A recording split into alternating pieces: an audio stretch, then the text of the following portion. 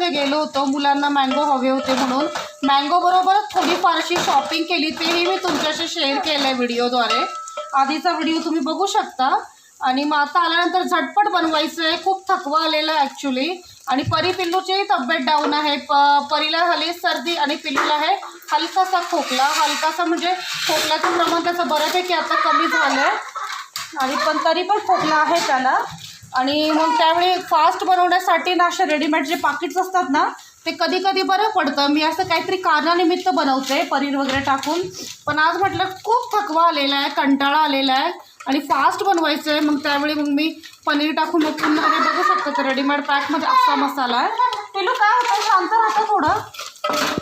आणि हे असं मिक्स करून घेणार आहे. पनीर छान फ्राय करून घेतले. त्यानंतर हा जो मसाला त्यात टाकून मिक्स करून घेणार आहे. आणि नंतर वरतून पाणी टाकणार आहे. मीठही टाकण्याची आवश्यकता नाही आहे, पण थोडं